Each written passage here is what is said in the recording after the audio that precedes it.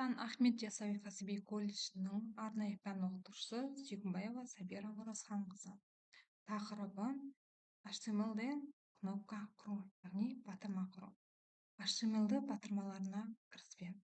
Негізгі түсініктер. HTML батырмалары дегеніміз не? Және оларда неде қолданамыз? HTML батырмалары интерактивті элементтер болып табылады. Олар пайдаланушының әрекетін іске асырады. Оның маңыздылығы веб-сайттар мен қосымшаларда маңызды рөл атқарады. Олар навигациялармен басқаруды қамтамасыз етеді. Кнопканың элементтерін қолдану, яғни біз кнопка құру үшін қандай тегті қолданамыз? Button тегі HTML-ді кнопка жасау үшін қолданылады. Бұл кнопка негізгі элемент болып табылады. Мысал үшін button type, button тырнақшаның ішінде, ортаға кнопка және button тегін жабамыз. Бұл қарапайым кнопка мысалы болып табылады. Бұл жерде button дегеніміз екі жерде берілген тегтер, яғни ашылмалы жұпты тег, жұпты тегтің басы ашылғаны және жабылған, слэш арқылы жабылған button тегін көрдіміз. Ортадағы кнопка деген сөз біздің батырмамыздың бетінде шығып тұратын, яғни көрініп тұратын мәтін немесе сөз болып табылады. Кнопканың негізгі атрибуттарына келсек, type атрибуты бұл кнопканың түрін анықтайды. Мысал үшін button, submit немесе reset деген сияқты түрлері бар. Бұл button дегеніміз батырма кнопканың өзін білдіреді. Submit жіберу, яғни қандай да бір ақпаратты жіберу болып табылады. Немесе reset дегеніміз қайта жіберу, қайтадан енгізу деген мағынаны білдіреді.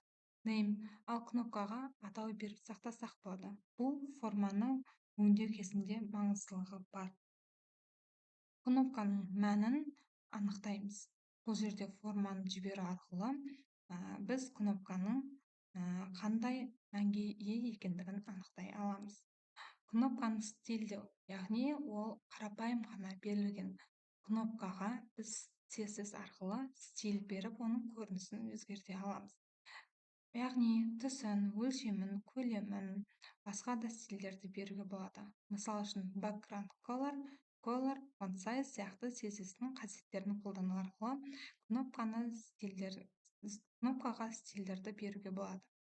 Көріністі стильдеу арқылы кнопканы пайдаланушыға тартымды етіп көрінуге көмектеседі. Кнопканы позициялау және орналастыру. CSS позициялау. CSS арқылы біз кнопканы бетте қажетті жерге орналастыруға болады.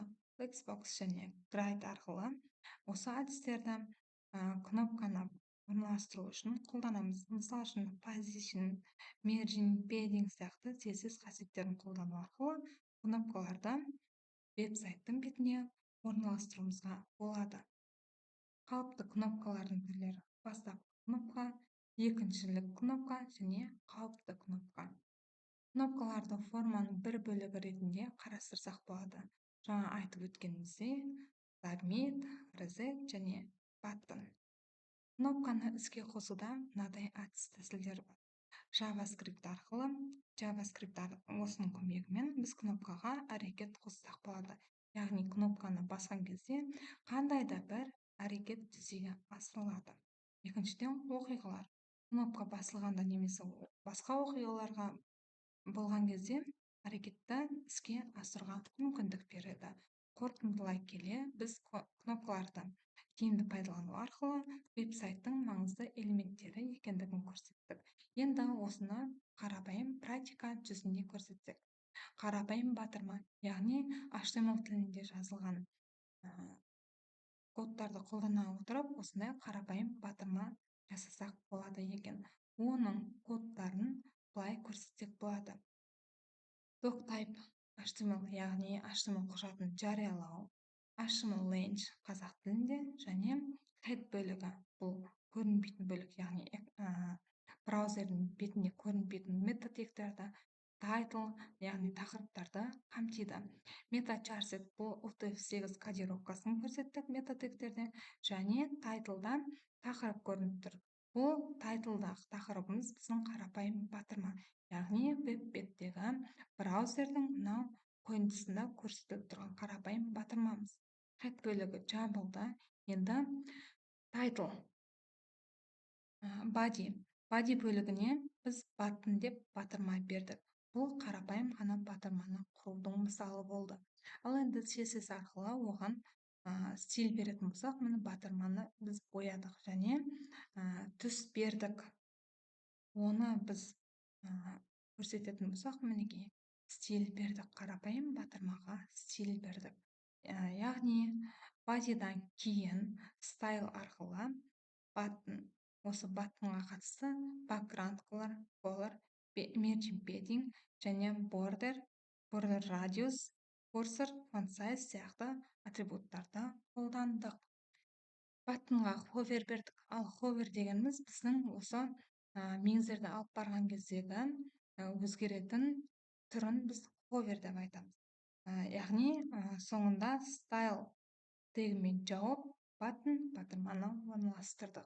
Соңғысы бізде JavaScript арқылы батырманы неге келтірдік? Әрекетке келтірдік. Яғни батырманы JavaScript арқылы батырманы басқан кезде бізге қандай да бір алерт арқылы хабарлама шығуы қажет болатын.